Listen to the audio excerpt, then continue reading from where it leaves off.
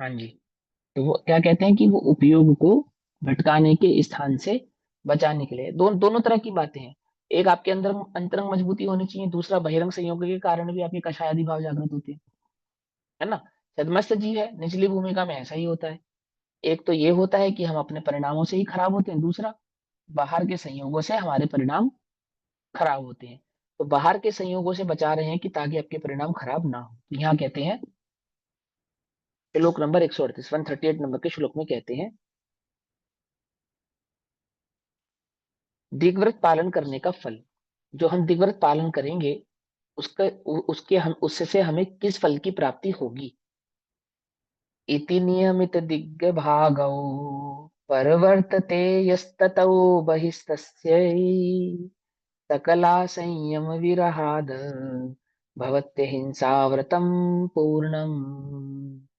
जो इस प्रकार, किस प्रकार, जो ऊपर के श्लोक में कहा था, मर्यादाओं का पालन करने की बात, दिशाओं की मर्यादा पालन करने की बात, जो इस प्रकार मर्यादा की हुई दिशाओं के अंदर रहता है, अर्थात जिसने आमुक आमुक दिशाओं की मर्यादा का पालन कर लिया है ना। इन जनरल केस में हम इस चीज को ऐसे सीखते हैं कि हम हिंदुस्तान से बाहर नहीं जाएंगे, अथवा हम दिल्ली से बाहर नहीं जाएंगे, इतने दिनों के लिए नहीं जाएंगे, अथवा इतने महीने के लिए नहीं जाएंगे, अथवा इतने वर्ष के लिए नहीं जाएंगे। इस प्रकार की जो हम मर्यादा कर लेते हैं, ठीक है ना। पर इसको अगर आज के परिवेश के हिसाब से समझें, तो आज के परिवेश के हिसाब से तो हम दिशाओं को इस प्रकार से समझें कि हम ऐसे स्थानों का सबसे पहले त्याग करें कि जिन स्थानों पे पापों की बहुलतायता होती है, अर्थात पांच पापों की वृद्धि होती हो, अथवा पांच पापों की वृद्धि की जाती हो, वहां पे होते हो ये पांच पाप। चोरी के स्थान हैं, चोरी के स्थान कौन कौन से हैं? जैसे सट्टे के स्थान होते हैं, जुआ खेलने के स्थान होते हैं, पैसा लगाने के स्थान होते हैं। लोग जाते हैं ना लक्की नंबर 7 खेलने, और जाने किस किस तरह के क्लब्स होते हैं जिनमें हम पैसा लगाते हैं और जीतते हैं। रेस कोर्स हो जाता है, घोड़ों की रेस देखने जाते हैं कुछ लोग, है ना। कई कई प्रकार के ऐसे स्थान होते हैं, क्रिकेट मैच भी देखने जाते हैं तो वहां सट्टा लगाते हैं। हार जीत का वहां पे क्या होता है, हर्ष विषाद होता है। तो क्या है ये चोरी के भेद हैं सारे के सारे। क्या नहीं करना चाहिए, ये अंतरंग और बहिरंग दोनों प्रकार की हिंसाओं को जन्म देते हैं। हारने पर दुख होता है, जीतने पर हर्ष होता है या नहीं होता है। और ऐसे बहुत से स्थान है, आजकल तो गवर्नमेंट भी वो बढ़ावा देने लगी ना, रमी रमी 7, ऐसे रमी 11, सर्कल 10, जैसे ऐसे खुद खूब सारे एड्स आते हैं कि आप इसमें इन्वेस्ट कीजिए, पैसा लगाइए, गेम खेलिए, पैसा जीतिए, आदि आदि। क्या है ये भी स्थान है, कहीं नहीं गए आप, लेकिन ये भी स्थान है। स्थान है ना। इन स्थानों का क्या कर दें आप, त्याग कर दें। क्यों? क्योंकि ये परभव और यह भव दोनों ही दुख भवों में दुख के कारक होते हैं। जीतते तो 1% लोग हैं कदाचित, 99% लोग तो हारते हैं। कोई मूर्ख नहीं है 1 रुपए के बदले 10 रुपए देगा। दुनिया में ऐसा ऐसा कोई व्यापार नहीं है। समझ में ही बात नहीं, समझ में कि कुछ मत करो, आपको आपको मजा भी दिलाएंगे, खिलाएंगे भी, और आपसे 1 रुपए लेंगे और बदले में आपको 10 रुपए दे देंगे। ये तो ठगी विद्या है, स्पष्ट शुद्ध रीति से, शुद्ध रीति से। पहले लॉटरी के नाम पे होती थी, फिर चिटफंड के नाम पे होने लगी, अब ये मोबाइल गेम्स के नाम पे होने लगी। ये शुद्ध शुद्ध रीति से ठगी विद्या है, इससे अधिक कुछ नहीं है। हम फंस जाते हैं ऐसी ठगी विद्याओं में। तो क्या कहते हैं कि ऐसे स्थानों का क्या कर दो, ये दिशा है, दिशा है, ये मार्ग है ये। दिशा सिर्फ उत्तर पूर्व पश्चिम दिशाएं नहीं है। समझे ये बात, नहीं समझे? जहां आपका उपयोग जा रहा है, किस दिशा में जा रहे हो, किस गली में जा रहे हो, किस रास्ते पे निकल पड़े। ऐसा लोग कहते नहीं कहते, पाप के रास्ते पे निकल पड़े भैया ये लोग, धर्म के रास्ते पे निकल पड़े हैं घर में ही। लेकिन उपयोग के सुधार को क्या कहते हैं, धर्म का रास्ता। उपयोग के बिगाड़ को क्या कहते हैं, पाप का रास्ता। सही बात समझ। तो यहाँ किन मार्गों की बात हो रही है, ऐसे मार्ग जो पाप मार्ग है। पाप कौन कौन से?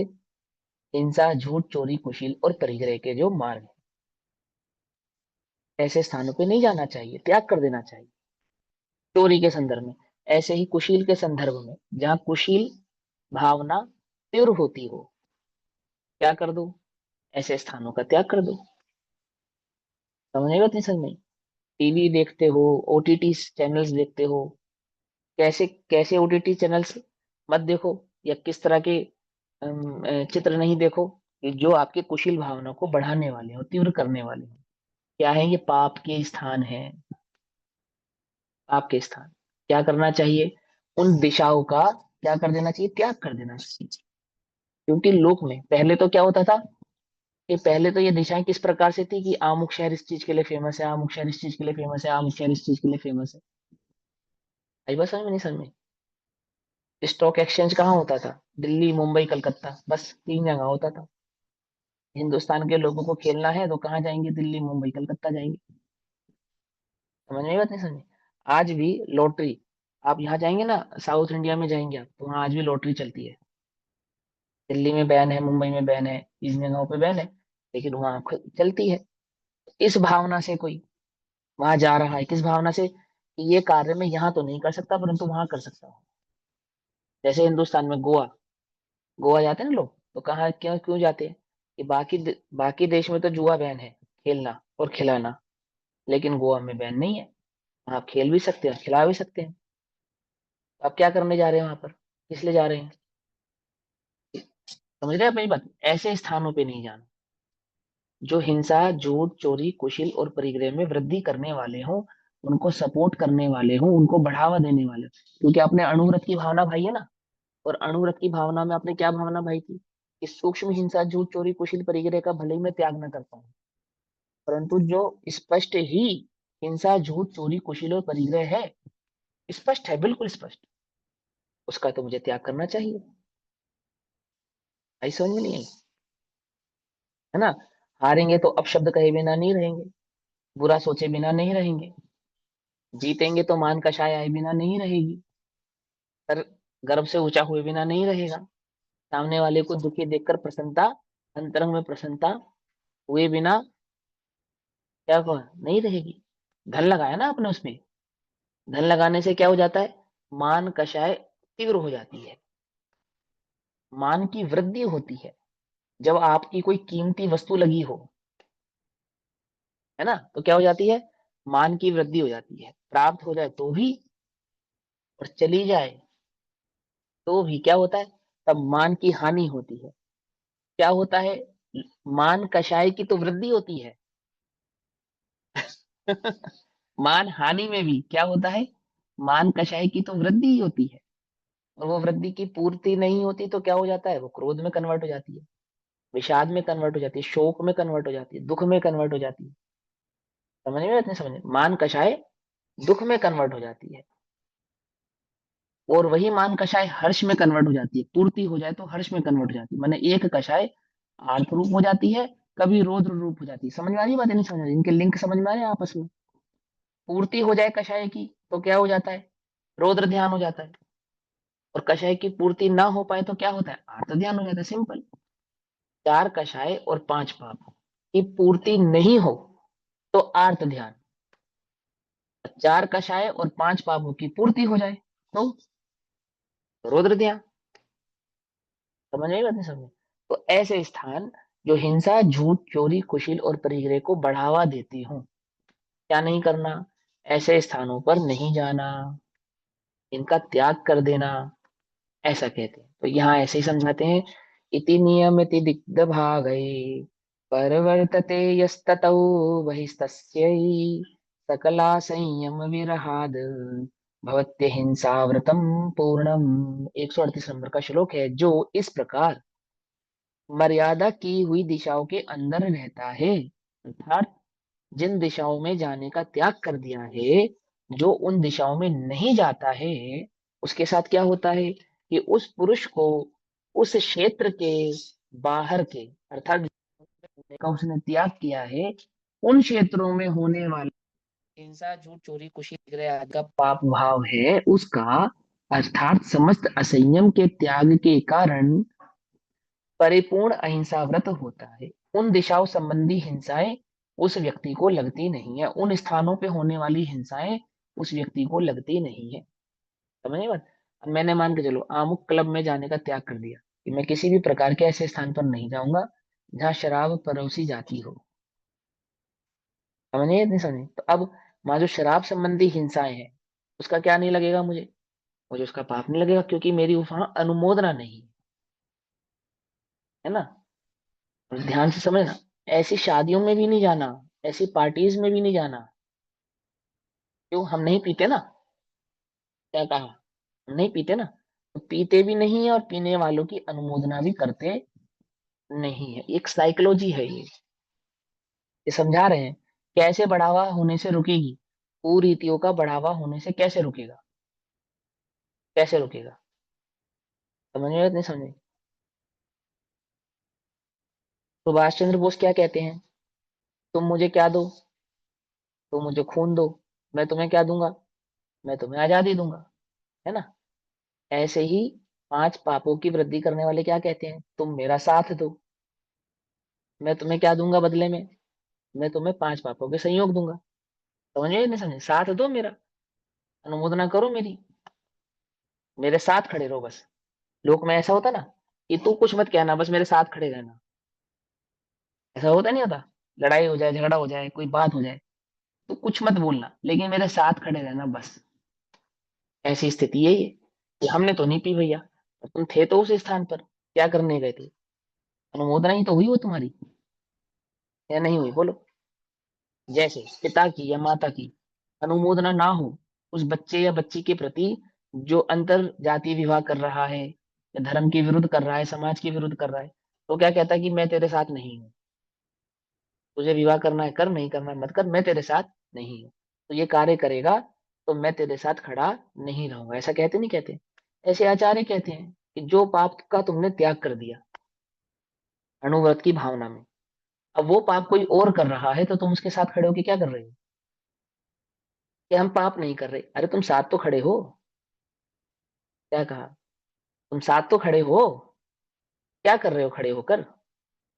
आती बात समझ में नहीं आती है? तो यहाँ क्या कहते हैं कि ऐसे स्थानों पर नहीं जाना।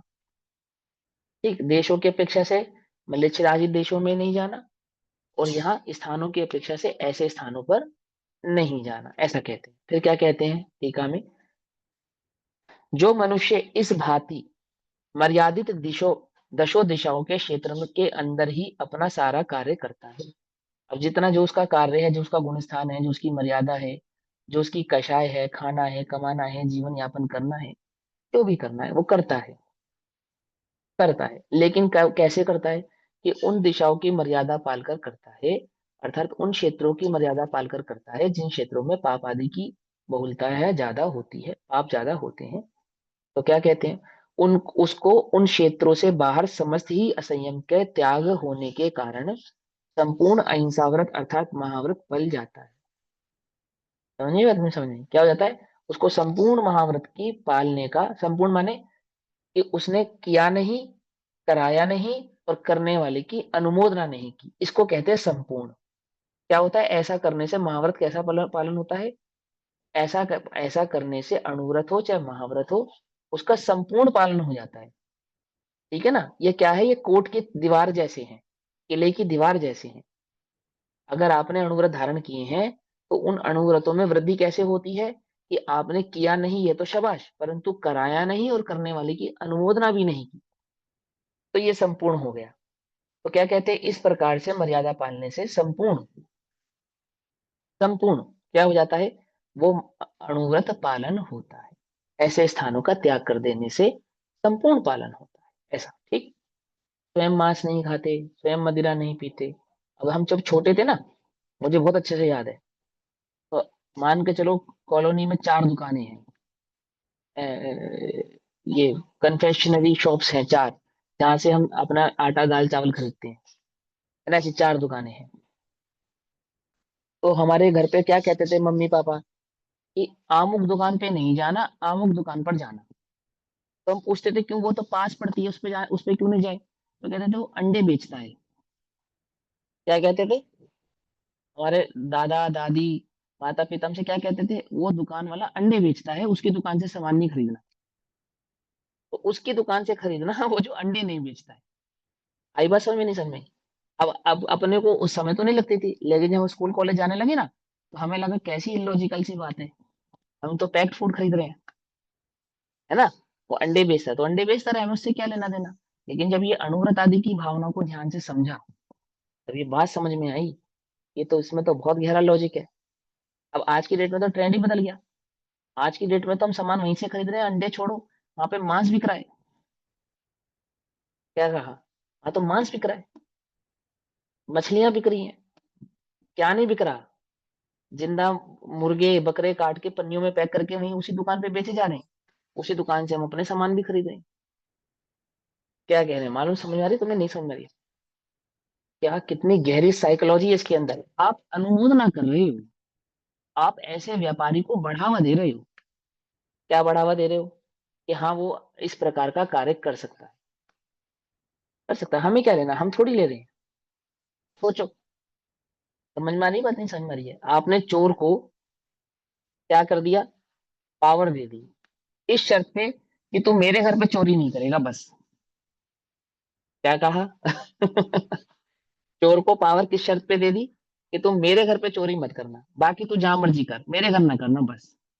नहीं, कितनी समझदारी वाली बात है, कितनी अच्छी बात है या नहीं है? अब तुम इतिहास पढ़ो तो तुम्हें बात समझ में आए कि हमारी छोटी छोटी छोटी गलतियां कितने बड़े बड़े ब्लेंडर्स क्रिएट करती हैं। मैं आपको कोई वो नहीं कर रहा, लेकिन मैं आपको सीधा सीधा सिंपल समझा रहा हूँ, एक लॉजिक है। ऐसे स्थानों का त्याग करो जिन स्थानों पे पाप की वृद्धि होती हो, बस सिंपल। मुनिराज ऐसे जैन श्रावक के घर का भोजन भी नहीं करते, तो जैन है, मंदिर जाता है, परंतु आलू प्याज खाता है। सोचो, क्यों नहीं करते? कोई बैर है उनको? उनसे बैर नहीं है। वे चाहते हैं कि ये व्यक्ति इस प्रकार के पाप को ना करे, ना करे। इसे धर्म बुद्धि होगी तो ये आमुक प्रकार के पाप को छोड़ेगा, सिंपल। आती है वो? समझ में नहीं आती है? इस प्रकार के हिंसा के कृत्यों को नहीं करेगा। आती है वो? समझ में नहीं आती है? अब कुछ लोग कहते हैं ऐसे तो फिर हम इनसे भी नहीं व्यापार कर सकते, उससे भी नहीं व्यापार कर सकते, कई प्रकार की वो उसमें तर्क उठाता है। लेकिन यहाँ कहते हैं कि जितना तुम कर सकते हो, अणुव्रत है तो अणुव्रत रू, महाव्रत है तो महाव्रत रू। अणुव्रत है तो अणुव्रत रू, महाव्रत है तो महाव्रत रू। मैंने अभी बताया ना कि इसी बात को पहले कहते थे तो क्या कहते थे? मल्लिच्छ खंडों में नहीं जाना, मल्लिच्छ देशों में नहीं जाना। अब इसी बात को आज कहते तो हम कैसे कहते हैं? कि ऐसे स्थानों पर नहीं जाना जिन स्थानों पर पाप आदि की वृद्धि होती, वही दिशा है, कोई आमुक दिशा नहीं है। पूर्व दिशा में नहीं जाना, पश्चिम और उत्तर में जाऊंगा, ऐसे तो आप ऐसे नहीं कर पाओगे अपने नियम का पालन, कि मैं पूर्व में नहीं जाऊंगा और पश्चिम में नहीं जाऊंगा। ये नियम का पालन तो ऐसा होता है कि इन स्थानों पे नहीं जाऊंगा जिन स्थानों पे पाप आदि की वृद्धि होती है। फिर वो दसों दिशाओं में कोई भी स्थान हो, ऐसा। समझ नहीं? बात नहीं समझे? वो दसों दिशाओं में कोई भी स्थान हो, मैं ऐसे स्थानों पर नहीं जाऊंगा, ऐसा। तो क्या कहते हैं, जो मनुष्य इस भांति मर्यादित दशों दिशाओं के क्षेत्र के अंदर ही अपना सारा कार्य करता है, उसको उन क्षेत्रों के बाहर समस्त ही असंयम का त्याग होने के कारण संपूर्ण अहिंसा व्रत अर्थात महाव्रत फल जाता है। अतः दिग्व्रत पालन करने से अहिंसा व्रत पुष्ट होता है। दिशाओं की सीमा लेने से क्या होता है? जो आपने अहिंसा व्रत धारण किया था, चाहे अणुव्रतों के रूप में अथवा महाव्रतों के रूप में, क्या होता है? उसकी पुष्टि होती है, उसकी वृद्धि होती है। आई बात समझ में?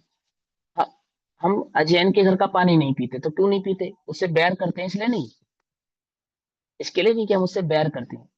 हम तो ये कहते हैं कि इन बर्तनों की हम अनुमोदना नहीं कर सकते जिनमें मांस पकाया गया हो। क्या कहा? हम उस रसोई की अनुमोदना नहीं कर सकते जिस रसोई में किसी निरीह जीव की हत्या की गई हो। आती है बस, समझ में नहीं आती है ना? अब कितना कितना पालन कराना पड़ता है। मैकडोनल्ड मत जाओ, डोमिनोज मत जाओ, क्यों? क्योंकि वहां पे वेज और नॉन वेज दोनों पकाए जाते हैं, कि हम तो वेज खाते हैं। बात वेज की नहीं है भैया, तुम उसी ही फ्रिज या उसी ओवन में पकाया हुआ मांस और उसी ओवन में पकाया गया, क्या तुम्हारा जिसको तुम वेज कहते हो, पकड़ में एक ही किचन, सोच सकते तुम, एक ही रसोई में एक निरीह जीव को भी काटा जाता है, उसी रसोई में तुम्हारा भी खाना पकाया जाता है, तो तुम कहते हो कि हम तो शुद्ध भोजन करते हैं। अब अब्दुल कलाम की कहानी पढ़ी तुमने? एपीजे अब्दुल कलाम की लाइफ स्टोरी पढ़ी है ना, बाय ऑटोबायोग्राफी। राष्ट्रपति बनने के बाद अब्दुल कलाम को अपने घर कर्नाटक के किसी क्षेत्र के रहने वाले थे, गांव के, वहां जाना था, अपने घर जाना था। तो उसके भाई ने कहा कि भाई तुम्हारा अपना घर है, पुश्तैनी घर है, यहीं आकर है ना? तो अब्दुल कलाम ने कहा नहीं, मैं वहां नहीं आऊंगा। तो बोले क्यों? बोले तुम्हारी किचन में, तुम्हारी रसोई में क्या होता है? मांस पकाया जाता है, कौन कह रहा है ये? अब्दुल कलाम कह रहे हैं ये बात, उन्होंने लिखा अपनी ऑटोबायोग्राफी में है दर्ज ये बात। और मैं क्यों नहीं जाऊंगा कि मैं ऐसी रसोई में पानी नहीं पी सकता जिस रसोई में किसी निरीह जीव की हत्या की जाती हो। सोचो। अब ये बात समझने के बाद, सुनने के बाद फिर क्या हुआ? तो जो उनके भाई थे ना, 3 भाई हैं वो, 3 या 4 कुछ भाई हैं, तो उन्होंने उनके आने से महीने भर पहले ही सारी किचन खाली करी, धोया, साफ करा, सब कुछ बढ़िया एकदम ऐसा करा। और जब तक वो आकर चले नहीं गए, तब तक क्या नहीं किया कि उन्होंने अपने भाई से कहा कि हम अपनी किचन में ये अंडा, मांस, मछली ये सब प्रयोग में नहीं लाएंगे, बनाएंगे भी नहीं, खाएंगे भी नहीं, बना बनाया भी नहीं लाएंगे। अब समझे आप मेरी बात को? तो क्या कर रहे हैं कि उसकी अनुमोदना, वो अब्दुल कलाम कहते हैं कि मैं उसकी अनुमोदना क्यों करूं, मैं उस किचन में क्यों खाऊं, मैं तो नहीं खाऊंगा। बात समझ में आती नहीं थी? अब इतना विवेक तो ऐसे जीव को भी है जिसको ना आत्मा की खबर है, ना वस्तु स्वरूप जानता है, ना सच्चे देवशास्त्र का गुरु का स्वरूप जानता है, परंतु प्राणी है ऐसा उसे भान है, ये जीव है, ये भी सुख दुख का अनुभव करता है, बस इतना जिसको भान है। और वो अब्दुल कलाम क्या बना रहे हैं? ऐसा परमाणु बम बनाया जिन्होंने कि पूरा का पूरा देश साफ हो जाए। वो अब्दुल कलाम क्या कह रहे हैं कि मैं ऐसी रसोई में नहीं खाऊंगा जहां एक भी जीव की हिंसा होती हो। बम कैसा बनाया कि पूरा का पूरा देश ही साफ हो जाए। समझ रहे हैं बात? नहीं समझे? अग्नि मिसाइल। आप कल्पना कर सकते हो? आप वहां देखो उसका विरोधी हिंसा, और यहाँ उसका अहिंसाणु व्रत, दोनों एक साथ कैसे पालन हो रहे हैं। नहीं समझे? अपनी आत्मरक्षा के लिए ऐसा बम भी बनाया, लेकिन निरीह जीव की हत्या अपने स्वाद के लिए मैं नहीं कर सकता। रक्षा के लिए तो कर सकता हूँ, स्वाद के लिए नहीं कर सकता। पर रक्षा किसकी? एक अकेला अब्दुल कलाम थोड़ी रक्षित होगा। वो देश की रक्षा करने का मतलब है संस्कृति की रक्षा करना, धर्म की रक्षा करना, आचार विचार की रक्षा करना, अपने कल्चर की रक्षा करना। समझ में आई बात? नहीं समझ में? क्या आप एक एक देश की रक्षा कर रहे हो तो सिर्फ देश की रक्षा नहीं हो रही है, या देश के लोगों की रक्षा नहीं हो रही है, उस देश के आचार विचार, परिधान, कल्चर, उस सबकी रक्षा हो रही है उसके अंदर। आपके जिन मंदिरों की भी रक्षा हो रही है, आपके जिन मुनिराजों की भी रक्षा हो रही है, आपके उन जिनवाणी, उन शास्त्रों की भी रक्षा हो रही है। आती है बस, समझ में नहीं आती है? वो गिरा दी थी ना अफगानिस्तान में, कहाँ पे वो म्यूजियम, अफगानिस्तान का शायद म्यूजियम था, कहाँ का, पूरा का पूरा म्यूजियम ही उसमें उन्होंने आग लगा दी थी। वहाँ कितने सारी प्राचीन वस्तुएं थी, किताबें थी, और जाने क्या क्या था। लाइब्रेरी, नालंदा लाइब्रेरी में आग लगा दी। क्या हुआ? ज्ञान का जो तो इतना भंडार था, सारा जल के खाक हो गया। आती है बस, समझ में नहीं आती है? कि रक्षा, देश की रक्षा कर रहे हैं तो सिर्फ देश की रक्षा नहीं हो रही है। आती है ना बस समझ? ऐसे ही यहाँ समझा रहे। तो क्या कहते हैं कि अनुमोदना करने हैं अपने स्वाद के लिए, तो अनुमोदना नहीं करेंगे बिल्कुल भी। रक्षा करने के लिए भले ही ऐसा कार्य किया उन्होंने। तो यहाँ अणुव्रत की भावना में क्या कहा? ऐसे स्थान का त्याग कर देना जो अणुव्रतों की भावना को पुष्ट करने में सहाय नहीं होता। आई बात समझ में? और इसी वजह से जैसे जैसे अणुव्रत बढ़ते ना, तो कुछ लोग त्याग कर देते हैं कि हम शादी में नहीं जाएंगे, हम अमुक के घर नहीं जाएंगे, अथवा हम अमुक स्थान पे नहीं जाएंगे। ऐसे बढ़ते चले जाते हैं ना लोग। तो क्यों जाते करते हैं वो इस प्रकार का त्याग? अणुव्रतों की भावना को मजबूत करने के लिए। अनुमोदना नहीं करेंगे हम ऐसे पाप की, उसके लिए हमें क्या करना चाहिए कि हम भले ही इतने प्रकार की मर्यादा ना पाल सके, पर क्या हमें इतनी मर्यादा नहीं पालनी चाहिए कि जहाँ सप्त व्यसन होते हो उस स्थान पे हम नहीं जाएंगे? क्या कहा? जिस जिन स्थानों पर सप्त व्यसन होते हो उन स्थानों पे जाना चाहिए, नहीं जाना चाहिए? सोचो। धर्म भावना को छोड़ दो, एक एक अच्छे पढ़े लिखे सुसज्जन व्यक्ति को क्या ऐसे स्थानों पर जाना चाहिए? नहीं जाना चाहिए, सिंपल। नहीं जाना चाहिए, है ना? जहाँ नकारात्मक विचार हो, नकारात्मक कार्य होते हो, नेगेटिव थिंग्स होती हो, ऐसे स्थानों पर नहीं जाना चाहिए। या नशे आदि का व्यापार होता हो, ऐसे स्थानों पर नहीं जाना चाहिए। आती है ना, बस समझ में नहीं आती है? कितने सारे हम न्यूज में, अखबारों में खबरें पढ़ते हैं, स्कूल के, कॉलेज के बच्चे बच्चियां और दोस्तों के साथ पार्टी में, डिस्को में चले गए। वहां किसी ने, वो शराब नहीं पीती वो, तो क्या पीती है? जूस पीती है। तो क्या किया? वो जूस में नशीली पदार्थ मिलाकर पिला दिया। लड़की के साथ क्यों, लड़कों के साथ भी ऐसा होता है, कईयों के साथ ऐसा होता नहीं होता? अब सरकार क्या करती थी, ट्रेनों में जगह जगह लिखा रहता था, बसों में भी लिखा रहता था कि आपकी सीट के नीचे अमुक वस्तु पड़ी हो तो उठाए नहीं। क्या हो सकता है वो बम हो सकता है। और वो कोई आपको कुछ खाने के लिए दिए तो खाए नहीं, ऐसा लिखा रहता था। तो मैं अक्सर उसको पढ़ता था, तो मुझे एक विचार आता था कि भाई जैनी तो किसी की पड़ी हुई, रखी हुई, भूली हुई वस्तु उठाते नहीं। क्या कहा? जैनी लोग तो किसी की पड़ी हुई, रखी हुई, भूली हुई वस्तु उठाते ही नहीं। तो वो तो वैसे ही नहीं उठाएंगे, उनको तो लिखने की जरूरत ही नहीं पड़ेगी कि भाई ये किसी की रखी हुई, भूली हुई, छोड़ी हुई वस्तु को मत उठाना। और दूसरा कि वे तो ऐसा अनछना कुछ खाते नहीं, पीते नहीं। तो जो मैंने जो अनछने पानी का त्याग है और जल का त्याग है आदि, तो किसी का दिया हुआ वो बिस्कुट क्यों खाने लगे, अथवा किसी का दिया हुआ कोई सामान क्यों खाने लगे, तो खाएंगे ही नहीं। बात समझ आ रही नहीं आ रही है? एक बात समझा रहा हूँ, साइकोलॉजी समझा रहा हूँ। तो यहाँ क्या साइकोलॉजी समझाई जा रही है कि आप मर्यादा का पालन करती हैं तो क्या होता है कि आप सिर्फ अपने अणुव्रतों की नहीं, अपने जीवन की भी और अपने आत्मा की भी, दोनों की, ये जो पर्याय आपको प्राप्त हुई है इसकी भी, और वो जो आत्मा के गुण है उसकी भी, दोनों की क्या करते हैं, दोनों की रक्षा करते हैं। ये साइकोलॉजी है, ये समझनी पड़ेगी। हर ये काल बदल जाएगा, तौर तरीके बदल जाएंगे, साइकोलॉजी नहीं बदलेगी, वो यही रहने वाली है। चाहे आप 100-500 साल पुराना इतिहास पढ़ लो, और चाहे आप अपना वर्तमान का इतिहास, वर्तमान का प्रेजेंट अपना सिनेरियो चेक कर लो, दोनों को मिलान करोगे तो सिर्फ परिस्थितियां बदली हैं बस, बाकी सब चीजें वैसी की वैसी ही हैं। अब ऐसे यहाँ क्या कहते हैं कि दूसरे देशव्रत नामक गुणव्रत का स्वरूप कहते हैं। 3 प्रकार के देशव्रत है ना, तो पहला था दिग्व्रत। अब दूसरे नंबर का क्या है, तो दूसरे देशव्रत नामक गुणव्रतों में पहला पहला गुणव्रत था दिग्व्रत, और दूसरा गुणव्रत है देशव्रत। तो देशव्रत की चर्चा करते हैं। 139 नंबर का श्लोक। तत्रापि च परिमाणम् ग्रामापण भवन पाटकादीनां प्रविधाय नियतकालं करणीयं विरमणं देशात्। और उस दिग्व्रत व्रत में भी, जो आपने दिग्व्रत ले लिया, क्या दिग्व्रत ले लिया आपने, कि आपने दिग्व्रत ले लिया कि मैं अमुक स्थान पर नहीं जाऊंगा, फॉर एग्जाम्पल कि मैं हिंदुस्तान से बाहर नहीं जाऊंगा, सिर्फ हिंदुस्तान में रहूंगा, ये उदाहरण है। और जिसको प्रैक्टिकली हम कैसे अप्लाई कर सकते हैं वो भी मैं समझाऊंगा, पहले यहाँ उदाहरण से समझ लो। कि आपने एक मर्यादा पालन किया, उस मर्यादा में आपने ये पालन किया कि मैं अमुक स्थान पर नहीं जाऊंगा, फॉर एग्जाम्पल कि मैं हिंदुस्तान से बाहर नहीं जाऊंगा, सिर्फ हिंदुस्तान में ही रहूंगा, ऐसा आपने प्रण कर लिया। फिर क्या हुआ, तो जो आपने दिग्व्रत पालन किया है उसमें, और उस दिग्व्रत में भी ग्राम, बाजार, मकान, मोहल्ला इत्यादि का परिमाण करके मर्यादा किए हुए क्षेत्र से बाहर अपने निश्चित किए हुए समय तक जाने का त्याग करना चाहिए। क्या कहा, कि आपने जो मर्यादा पालन की ना उसमें और मर्यादित हो जाना चाहिए। अर्थात जैसे आपने नियम ले लिया कि मैं हिंदुस्तान से बाहर नहीं जाऊंगा, तो हिंदुस्तान में भी ऐसा नियम पालन करना चाहिए कि इतने समय तक इतने स्थान से बाहर नहीं जाऊंगा, अथवा बाहर गया भी तो इतने समय से अधिक नहीं रहूंगा। एक साधारण सी बात,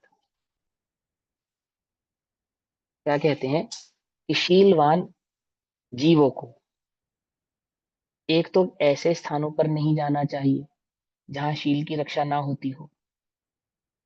दूसरा कि अकाल में भी नहीं जाना चाहिए।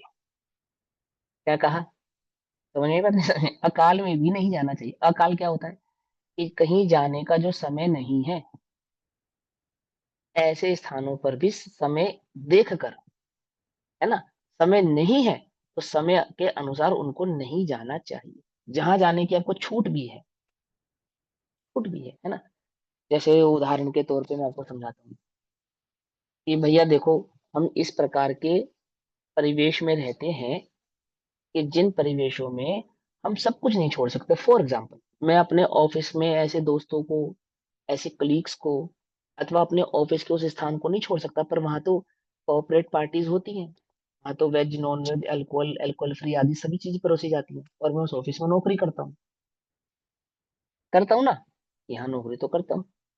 अब आप कहते हो कि ऐसे स्थान पर नहीं जाना, अब मैं कमाऊंगा नहीं तो खाऊंगा क्या। मैं इतना तो कर सकता हूँ कि मैं शराब ना पीऊं, मैं इतना तो कर सकता हूँ कि मैं नॉनवेज ना खाऊं, पर मैं ये नहीं कर सकता कि मैं उस ऑफिस को ही छोड़ दूं, ये मेरे लिए मुश्किल है ना। तो उसको कहते हैं अच्छा इतना किया तो शाबाश कि तुम ये इतनी इतनी वस्तुओं का सेवन नहीं कर सकते, कि हाँ, लेकिन इस बात का भी ध्यान रखो कि बिना वजह, कारण नहीं होने पर भी बेवजह अगर आप उस चीज को अवॉइड कर सकते हो, समय की सीमा से अपने आप को बांध सकते हो, आप लेट नाइट बाहर नहीं रहो, बहुत ज्यादा देर तक उस स्थान पे नहीं रहो, बहुत ज्यादा इन्वॉल्वमेंट के साथ उस स्थान पे नहीं रहो, इस तरह की मर्यादा का भी आपको पालन करना चाहिए। आप ये मत सोचो कि मैं तो सिर्फ, मैं इतना ही त्याग कर सकता था तो मैंने इतना त्याग कर दिया, मैंने, मैं शराब नहीं पीता तो मैंने शराब का त्याग कर दिया, बट मैं जूस तो पी सकता।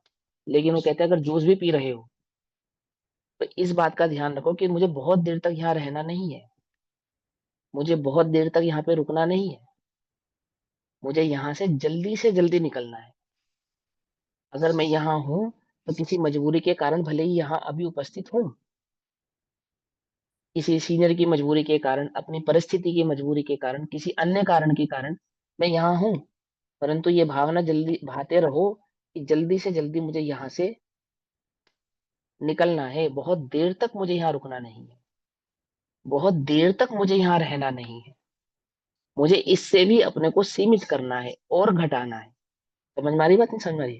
क्या कहते हैं कि जिन्होंने ऐसा नियम ले लिया, कैसा नियम ले लिया कि मैं इतने स्थान से बाहर नहीं जाऊंगा, तो उस स्थान पर भी इस बात की सावधानी रखो कि इतने स्थान पर भी मैं अपने उपयोग को कितना बचा सकता हूँ, अपने समय को कितना बचा सकता हूँ, अपने परिणामों को कितना बचा सकता हूँ, कितना संभाल सकता हूँ।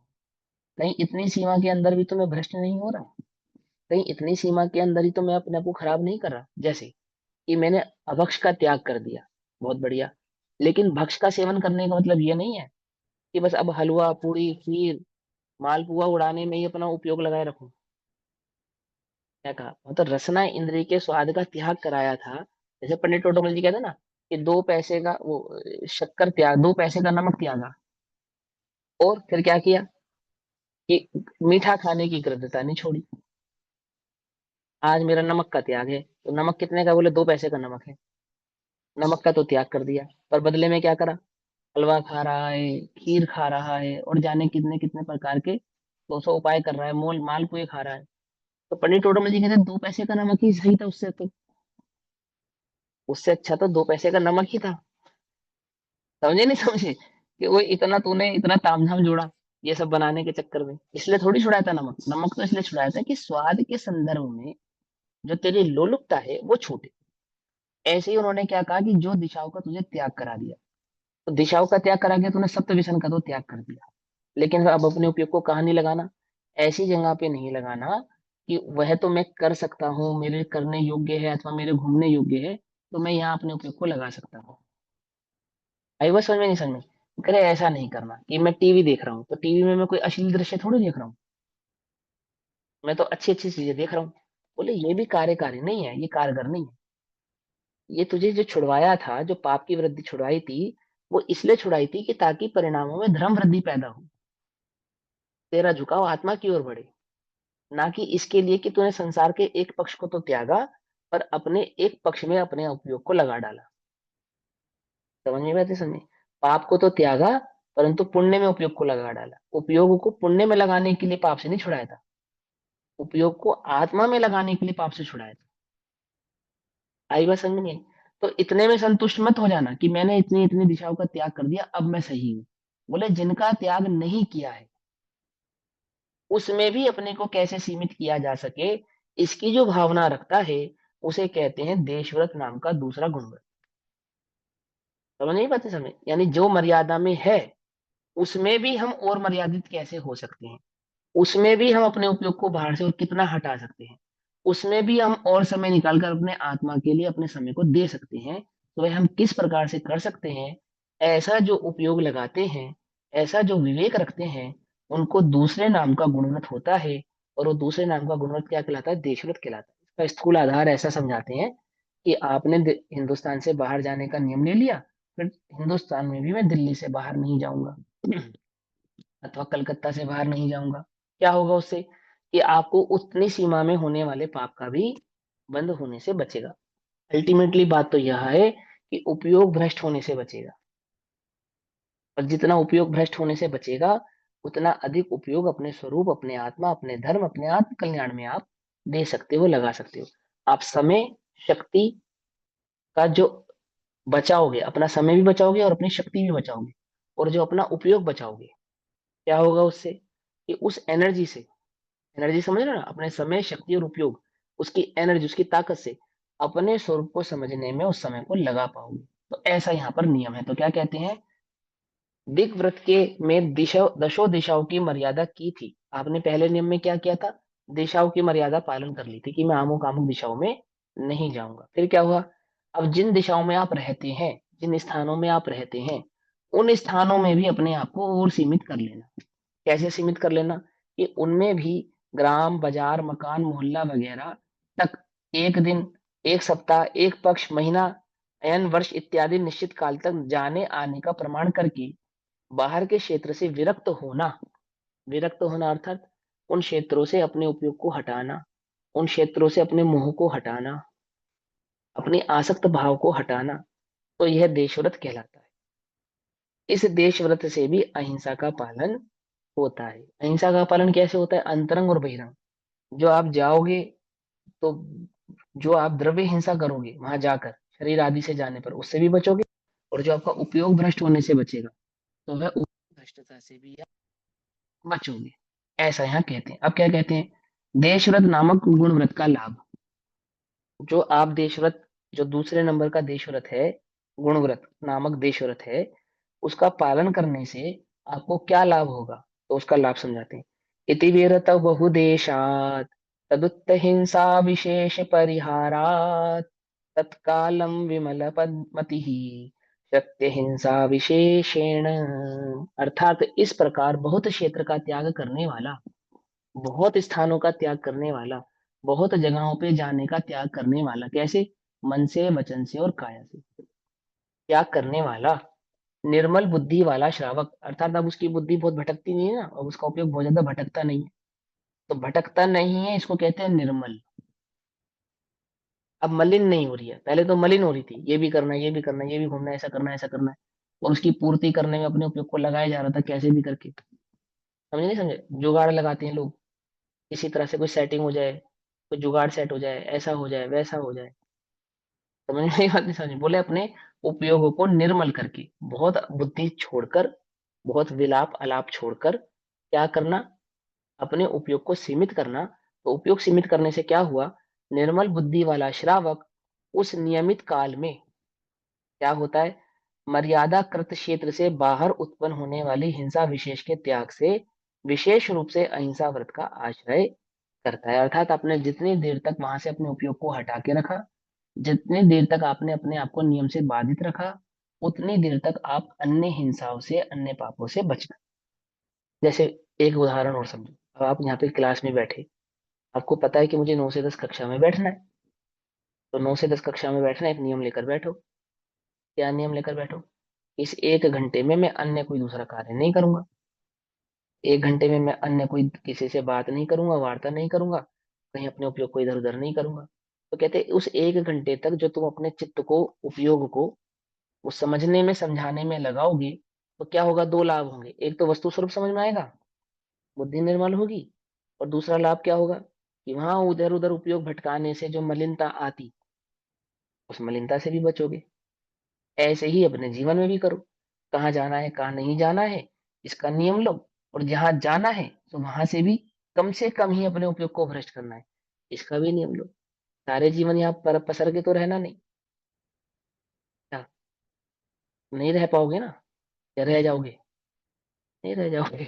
कोई नहीं जानता कब किसको कहाँ से जाना पड़े, तो कभी भी जाना पड़ सकता है। तो ऐसे रहो कि यहाँ रहना नहीं, यहाँ ज्यादा उपयोग लगाना नहीं, यहाँ ज्यादा अपने उपयोग को खराब करना नहीं, वास्तव में नहीं करना, कोई फायदा नहीं है, एक्चुअल में नहीं है। देखो क्या कहते हैं, इस प्रकार दिग्व्रत में किए हुए क्षेत्र का परिमाण करके उस क्षेत्र से बाहर हिंसा का त्याग होने पर भी उत्तम बुद्धि वाला जो श्रावक है, जो उस समय दूसरे भी थोड़े क्षेत्र की मर्यादा करता है, तो वह विशेष रूप से अहिंसा का आश्रय करता है। क्यों, क्योंकि जहां जहां उसने जाने का त्याग किया है, उन उन स्थानों पे होने वाली हिंसा का उसे बंद नहीं होगा, अर्थात उसे पाप नहीं लगेगा। क्यों नहीं लगेगा, क्योंकि उसने सिर्फ क्षेत्र का त्याग नहीं किया, उस क्षेत्र में होने वाले समस्त पापों का भी त्याग किया है।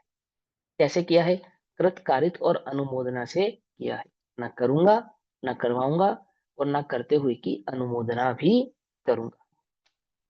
जिस पुरुष ने जीवन भर के लिए दक्षिण में कन्याकुमारी और उत्तर में हिमालय तक जाने का दिव्रत किया है, उदाहरण के तौर पे समझा रहे हैं कि किसी ने ऐसा नियम ले लिया कि ना मैं दक्षिण में जाऊंगा, ना मैं उत्तर में जाऊंगा, ना मुझे पहाड़ घूमने हैं, ना मुझे समुद्र घूमना है। पहाड़ में जाना है, ना मुझे समुद्र में जाना है, ठीक है, उसको क्या कहते हैं? वे हमेशा तो हिमालय नहीं जाता। कोई ऐसा तो है नहीं कि रोज हिमालय जाता है।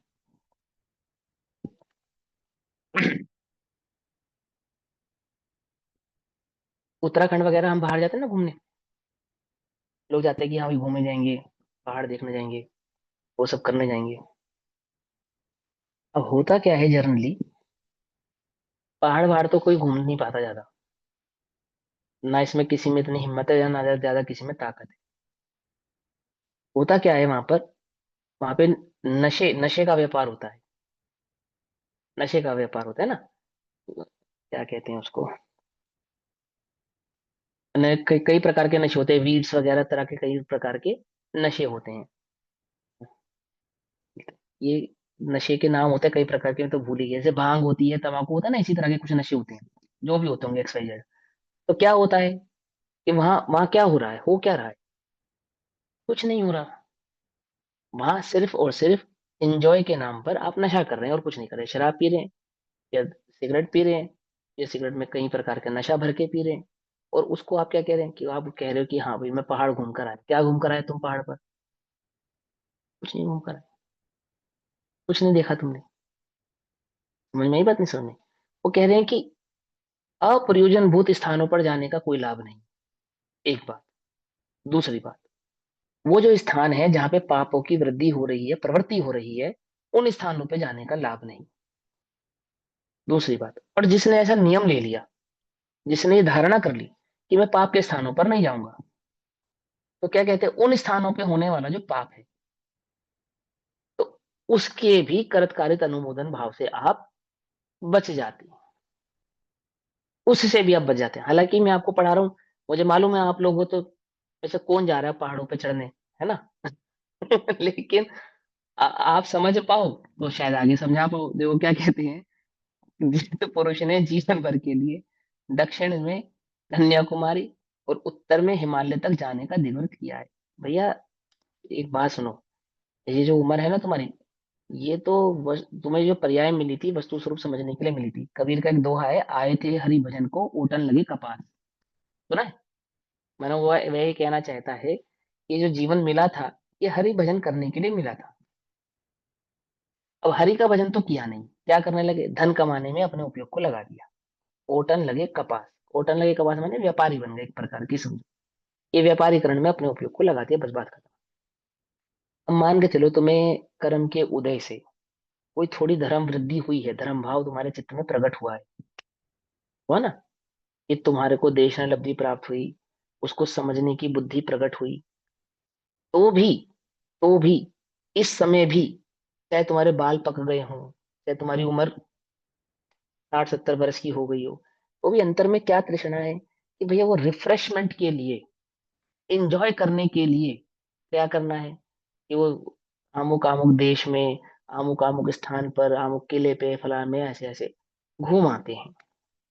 वहां कह रहे कि इतना जीवन तूने घूमा, वैसे तो तू अनादि अनंत काल से घूम ही रहा है, तो भी तूने इस जीवन में भी इतना घूमा, तो तुझे क्या लाभ हुआ, प्राप्त क्या हुआ? कुछ नहीं हुआ। अब जो थोड़ा बहुत समय मिला है, ये जो बुद्धि प्रकट हुई है, इसको तो यहाँ वहां क्यों भटकाता है, यहाँ वहां क्यों खराब करता है? तुझे तो अब आत्मा में रमण करने की, आत्मा में स्थिर होने की, आत्मा में क्या आश्रय प्रकट करने की, इसकी बुद्धि होनी चाहिए, इसकी भावना होनी चाहिए, इस भावना को प्रबल करना चाहिए। और तू किस भावना में लगा हुआ है अभी भी, इस समय भी, कि मैं ये घूम लूं, ये तो रह ही गया, वो घूम लूं, वो तो रह गया। आजकल तो एक नया रोग और हो गया, घूमने जाओ एक जगह और फोटो लगाओ 10। नहीं समझे? वो फेसबुक पे, इंस्टाग्राम पे और स्टेटस पे, और फिर लाइक भी चाहिए, चाहिए नहीं चाहिए? और लाइक नहीं आए तो क्या करें, फिर एक दूसरे को फॉरवर्ड भी करने पड़ते हैं कि भैया देखो मैं फला जगह घूमने गया था, फला जगह घूमने गया था। और किसी से फोन पे बात हो तो फिर उसको वहां की बातें बताओ, भी कथा करो अब। क्या करूं कि मैं अमुक स्थान पर घूमने गया था, वहां मैंने ऐसा किया वैसा किया, ये किया वो किया। क्या कर रहे हो? बोले ये सारा का सारा समय तुम क्या कर देते हो, व्यर्थ कर देते हो, वेस्ट कर देते हो। वहां कहते हैं कि जीवन भर जिसने अमुक स्थानों पर जाने का त्याग कर दिया है, वह हमेशा तो हिमालय नहीं जाता। तो तुम उन स्थानों पे हमेशा तो नहीं जाते, इसलिए वह रोजाना ऐसी प्रतिज्ञा करता है कि आज मैं अमुक गांव में ही रहूंगा, उससे बाहर नहीं जाऊंगा। जैसे हम छोटे थे तो हमारी नानी क्या कहती थी, अब तुम सोते समय ना त्याग कर दो, जब तक मैं सुबह उठूंगा नहीं तब तक ना मैं कुछ खाऊंगा ना पीऊंगा, नहीं कहीं जाऊंगा, ना अमुक कार्य करूंगा ना अमुक कार्य करूंगा, है ना। ऐसा करा देती थी वो हमसे त्याग। क्यों करा देती थी? अपने उपयोग को ज्यादा, अब वो तो समझाने के, वो बच्चे थे ना, तो छोटे छोटे बच्चों को छोटे छोटे तरीके से समझाते थे।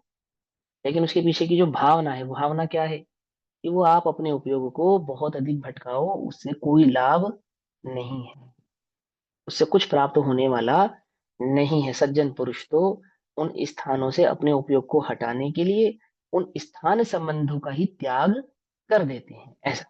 अतः जिस दिन उस गांव में नहीं रहने का नियम कर लेता है, उस दिन उस गांव के बाहर के प्रदेशों में अहिंसा महाव्रत का पालन हो जाता है। ठीक है ना। आपने जिस स्थान में अपने को सीमित कर लिया, अब सीमित रहे स्थान से बाहर जो भी कार्य होगा उसमें मेरा कोई अनुमोदन रहेगा नहीं। ये तो स्थूल कथन है। सूक्ष्मता से तो क्या है कि मेरा उपयोग वहां भटके नहीं, मैं अपने उपयोग को अपने स्वरूप में, अपने आत्मा में, अपनी आराधना में लगाऊं। तो इसके लिए इस प्रकार के कार्य किए जाते हैं। अब तीसरे अनर्थ दंड त्याग नामक गुण व्रत का स्वरूप कहते हैं। तो अभी समय हुआ, समय अनुसार उसकी चर्चा करेंगे। तब तक के लिए सभी को जय जिनेन्द्र। ओम नमः सिद्धेभ्यः।